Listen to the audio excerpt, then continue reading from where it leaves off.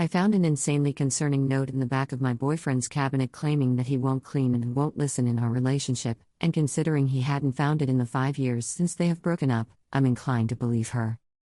I, 28F, and my boyfriend, 30M, who we'll call Steve, have been together for 2 years and have been living together for 8 months. I was cleaning our apartment when I found a note in the back of a cabinet. For context's sake, I'll copy it below. Dear Steve's future girlfriend, I know it's you reading this because he'd never clean back here. I'm putting this here because I'm leaving him soon and want to warn you about him. He will not clean. He will not listen. He will make everything feel like it's your fault. It's not your fault, he's just an incompetent man. I'm leaving him, I suggest you do the same. Best wishes, Natalia. Name changed. I read the note and brought it to show to him and hear his response. He immediately ripped it up and said not to listen to it, that she was crazy and untrustworthy. I told him that the fact that he hasn't found it in the 5 years since they broke up is a red flag to me because it does mean he's never cleaned back there and that he has been cleaning less and less since I moved in. He told me that it wasn't a problem before the note, this is just his ex continuing to manipulate and ruin his life, and I was letting it work. We continued to argue along the same lines and I eventually left to spend the night at a friend's place. Steve has been a great boyfriend so far. He gets along with my family. He has given me gifts and flowers and always tells me how much he loves me. He's not wrong that the cleaning hasn't really been brought up before. The note made me realize it had been less and less and that we needed to have a full conversation. He texted me afterwards saying he's sorry that I felt like I had to leave, but that it's an asshole move for me to take a note over our 2-year relationship and to leave him and our pets alone. I don't know what to do or what to believe right now. I'm contemplating trying to find and reach out to Natalia. Her name in real life is pretty unique, so I think I could find her. Steve thinks I should come back home and let it go, that his past should affect our future. I feel like I could be the asshole because everything Steve has said about Natalia does make it sound like she was manipulative and petty throughout their relationship, but I don't know what to trust. Edit, I realized I didn't clarify enough about the points, especially the cleaning. Thought I'd add it here. When we moved in together 8 months ago, the cleaning was 50-50. Since then, he's been doing things less and less, and I'd say it's at like 70-30, maybe 60-40 if he listens to me right away. It depends on the week. I have to remind him to do things like bring his plates to the sink or take out the trash, and I didn't have to before. The dishes will pile up unless I do them, to the point he's had leftover food mold on the plates. I'm not a confrontational person, so I was just asking him to fix it when it came up. The note made me reflect on it more and try to have an actual full conversation, and I will say I didn't feel listened to when I talked to him about it. I tried to use the note to start a conversation about cleaning, and he got so stuck on that I was listening to his ex instead of him, that he wouldn't listen to what I think are valid concerns. He thinks I'm letting the note have confirmation bias, so no matter what he says I'll think he's in the wrong. Also, I didn't leave him permanently. This all happened yesterday and I only spent one night at a friend's because I didn't feel like our conversation was going anywhere last night and he wouldn't let me sleep until I let it go. I'm going back today and wanted to get advice and feedback before I do. Edit 2, I appreciate all these comments with advice. I'm heading back to our place now. My plan is to first apologize for immediately bringing him the note without thinking of his feelings and validate that it's hard to have an ex's message found. That being said, you're all right that I've been letting the cleaning stuff get away. I don't want to be in a relationship where I have to ask him repeatedly to clean. It was pointed out to me that he should have cleaned the shelves during his move from his ex's place. The fact that it hasn't been touched in 5 years is forcing me to take the nut seriously. I don't want to throw away 2 years, so I am going to ask him to come up with some clear cleaning expectations with me and designated chores. I will make it clear that cleaning is absolutely a deal breaker for me. It's his decision on how he wants to respond. I'll try to update you all. Again, thank you so much for the advice. Update 1. I followed your advice from the last post and tried to have a calm discussion with Steve. When I apologized for confronting him with a note, he seemed to take that as an admission of guilt and refused to listen to anything else. I had come up with a list of specific instances of not cleaning like many of you suggested, and he said I was using lists just like his manipulative ex did. So yeah, the crazy ex thing you all said was a red flag was definitely true. When I realized the conversation wasn't going anywhere, he even tried to block me from leaving. That's when I knew it was done and left immediately. 2 years down the drain, but I'm glad I had the wake-up call before it was too late.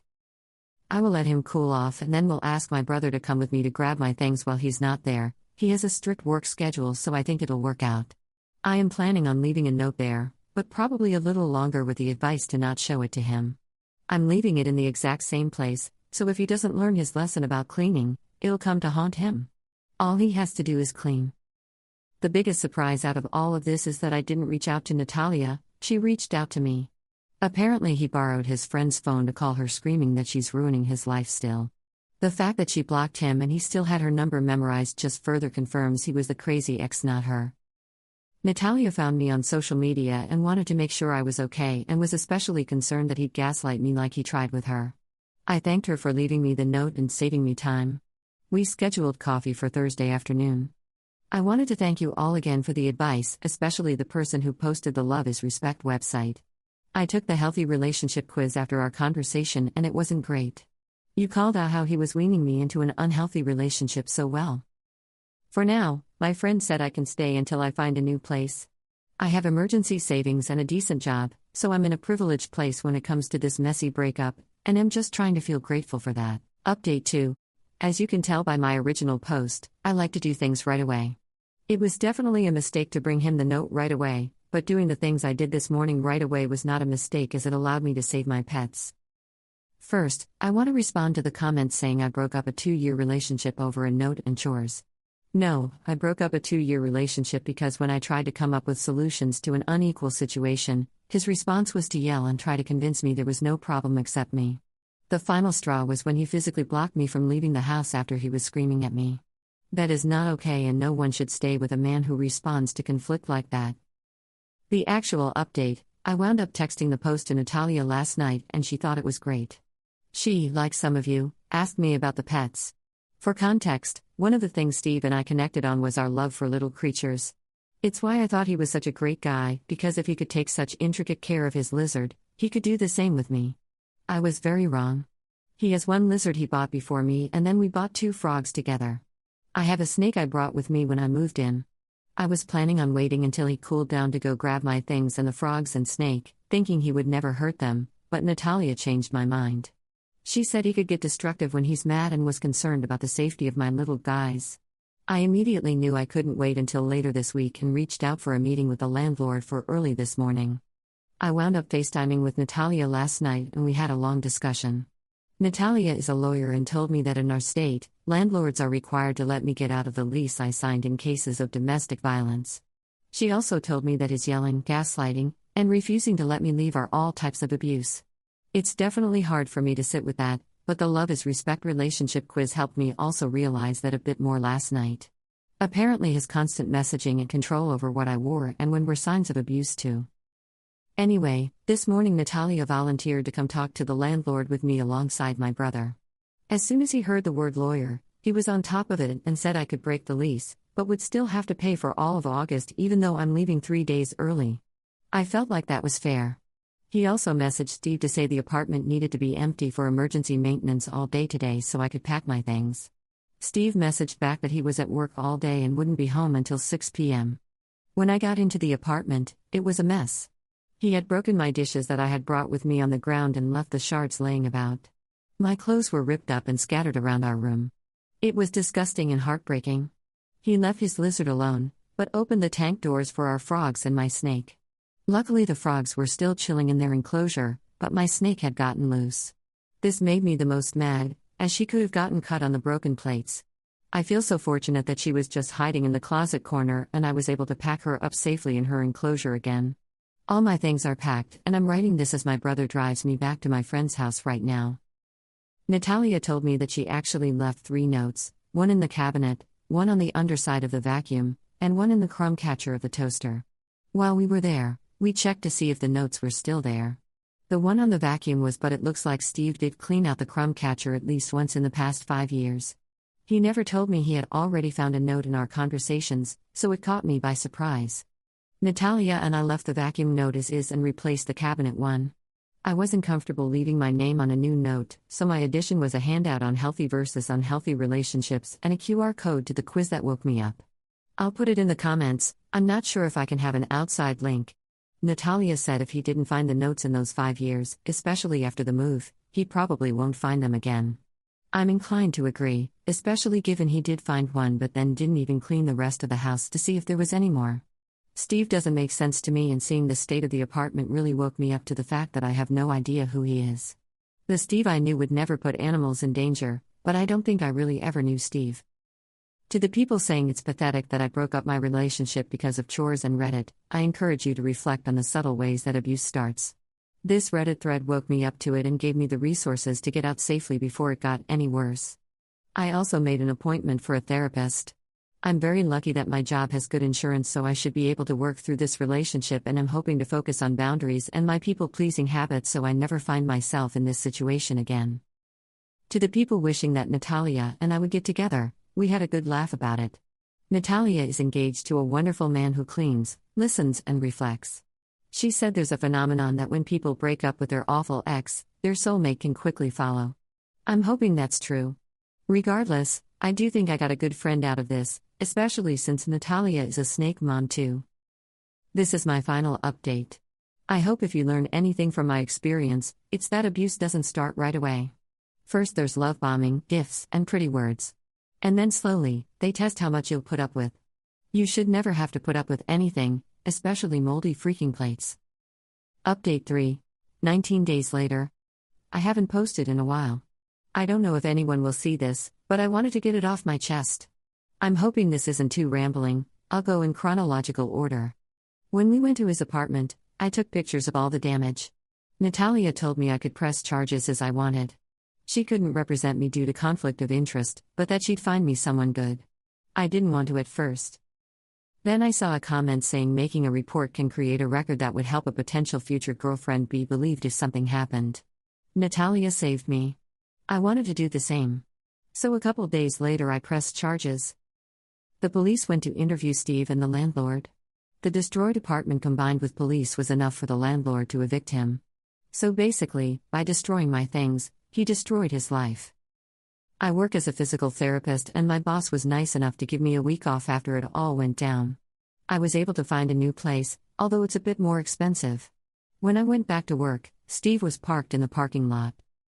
I got out my phone and started recording just in case. My lawyer said to document everything. I wanted to walk into my building where I knew there were a bunch of people, and he was farther away, so in my adrenaline I thought I could make it without him catching up. I was wrong, and he grabbed my hand when I was about 5 feet from the door. At first he was soft-spoken. He said he wanted to apologize, but I hadn't been responding to his calls. I said we're done and to leave me alone and try to get my hand free. That pissed him off, and he pulled me tighter and started yelling that I ruined his life and that I owed him. One of my co-workers came out of the commotion. He's a big guy and a lot taller than Steve, who immediately backed up. I told him to leave and not bother me again, and he left. The video of that incident plus the security cameras from the past several days of him waiting in the parking lot when he knows my shift starts was enough for my lawyer to get a restraining order. He's left me alone since then, took a plea deal, and he doesn't know where my new place is, so I think I'm finally in the clear. I didn't want to post until all of it was settled. I'm doing better now. I've had multiple therapy sessions. Natalia have hung out 3 times, and the last time Steve didn't even come up. My workplace has rallied behind me, and now I get walked by my co-worker from my car to the door. I'm so grateful for the support system that has rallied behind me. I wouldn't have gotten through this without it. That includes all of the advice and support I got here. Update, 4 days later.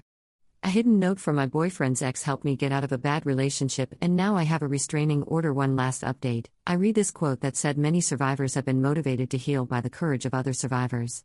Every time a survivor reveals her history to a friend, stands up in front of a group to tell her story, writes a book, or brings a lawsuit against abusers, or the institutions that allow abuse to occur, she inspires other survivors to break the silence.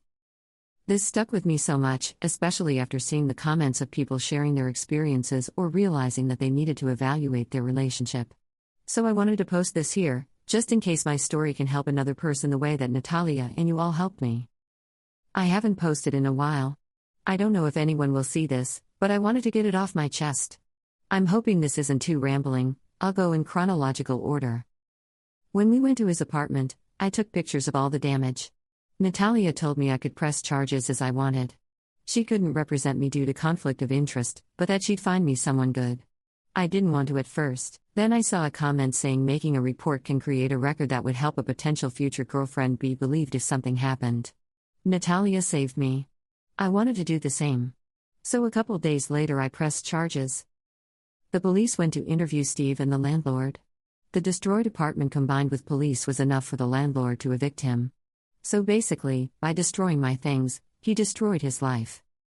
I work as a physical therapist and my boss was nice enough to give me a week off after it all went down. I was able to find a new place, although it's a bit more expensive.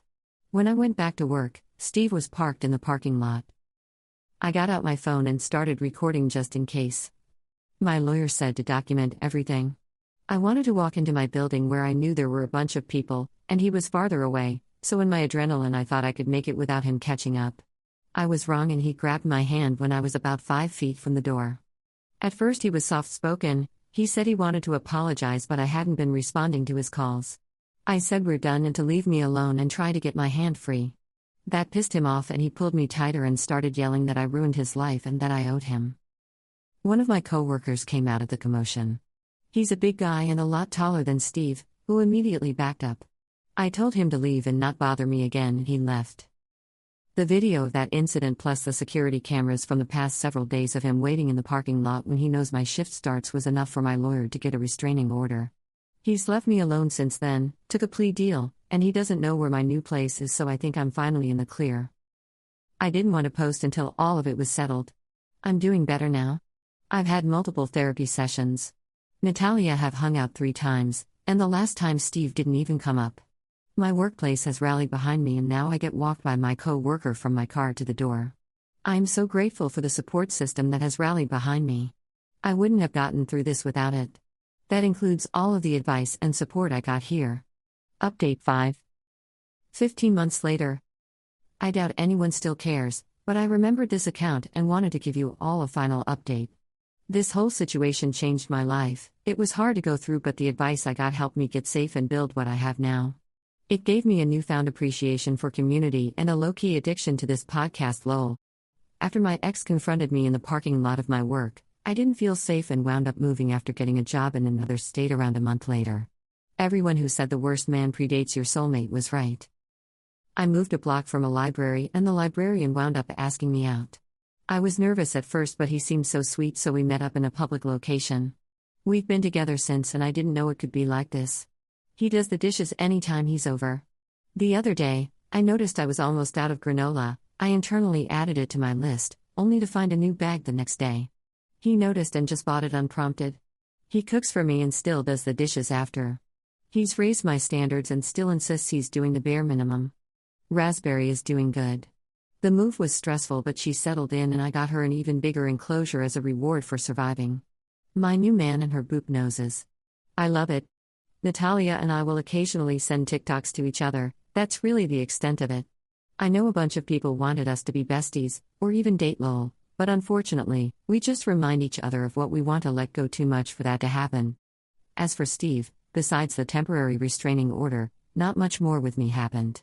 I did contact the police about the destruction of my stuff, but the interactions with them and potentially having to see him in court made me drop it. It was probably only $500 in damages, as that didn't feel worth my mental health. I did learn the landlord evicted him and was talking about suing for the property damage, as he had smashed some shelves in the sink, left his PC alone though. He asked me for the pictures Natalia took directly after arriving and said he would try to use them. Last I heard, it was still ongoing. I hate to say it, but the cops probably care more about the male landlord and his property damage than me and my clothes, plates, and snake. I wish him luck and hope he holds Steve accountable. I have no idea if the notes are still there. I hope so that any future girlfriend finds them. Either way, I feel I did my part. Now it's my time to heal and move on. My last thing to say is that if anyone feels like their relationship is a slide, where you're giving more than you get, slipping more and more into imbalance, talk about it. How they react will tell you everything.